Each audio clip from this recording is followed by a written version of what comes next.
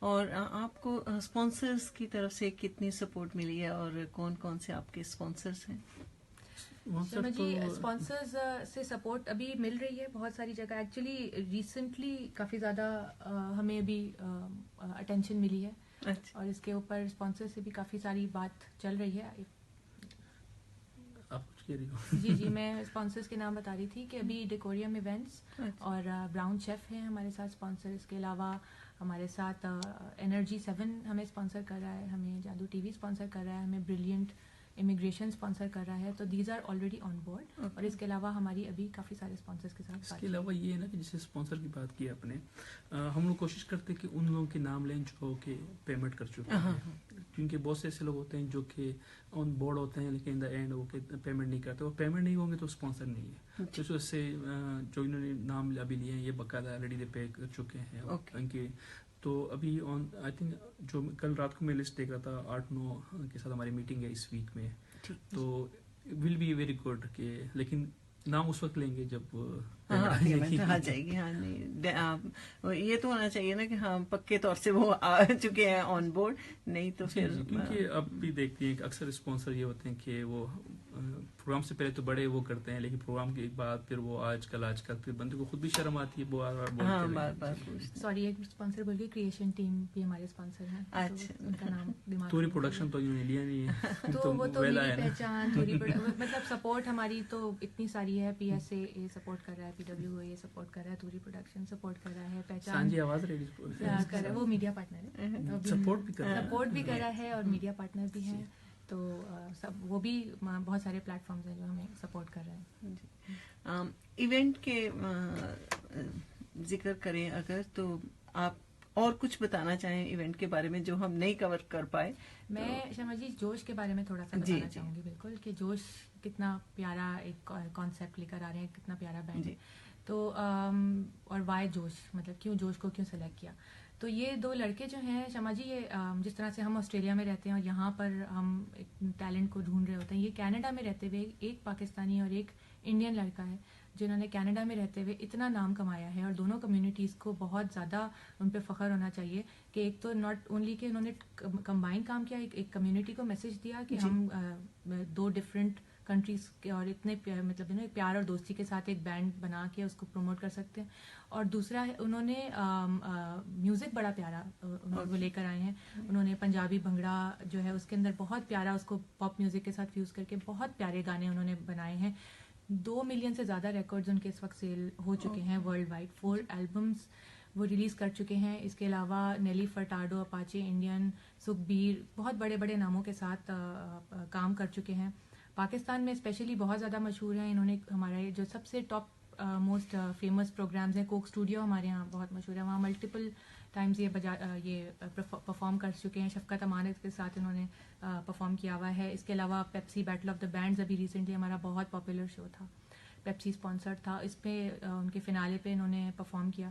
اس کے علاوہ کارنیٹو ایک بہت بڑا برانڈ ہے, ان کا ایک ریسنٹ شو ہمارے پاکستان میں تھا کارنیٹو پاپ راک کے نام سے.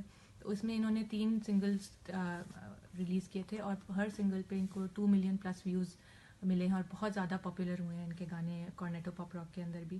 Recently they are also giving music direction for a Pakistani film called رنگ ریزا.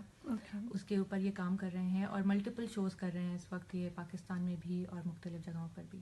تو آسٹریلیا میں ان کو لانے کا مقصد یہی کہ یہ اس ایک کانسیپٹ کو ایک پاکستانی اور انڈین کولیبوریشن کو دکھایا جائے اور ساتھ ہی ان کے کام کو بھی دکھایا جائے کہ کتنا خوبصورت کام یہ ایک ڈفرینٹ کنٹری میں بیٹھ کے کریں. جس طرح ہم آسٹریلیا میں بہت سارا کام کریں, کینیڈا میں بیٹھ کے انہوں نے اتنا نام کمایا ہے اور دونوں کنٹریز کو کتنا زیادہ انہوں نے ریکگنائز کروایا ہے.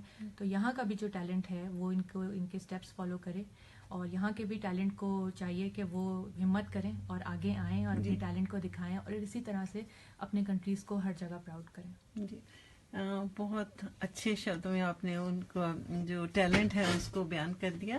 اور یہ فرسٹ ٹائم ہو رہا ہے آسٹریلیا میں یہ شو. آسٹریلیا میں آ رہے ہیں, ویسے یو ایس, کینیڈا اور کافی سارے ملکوں میں وہ پرفارم کر چکے ہیں.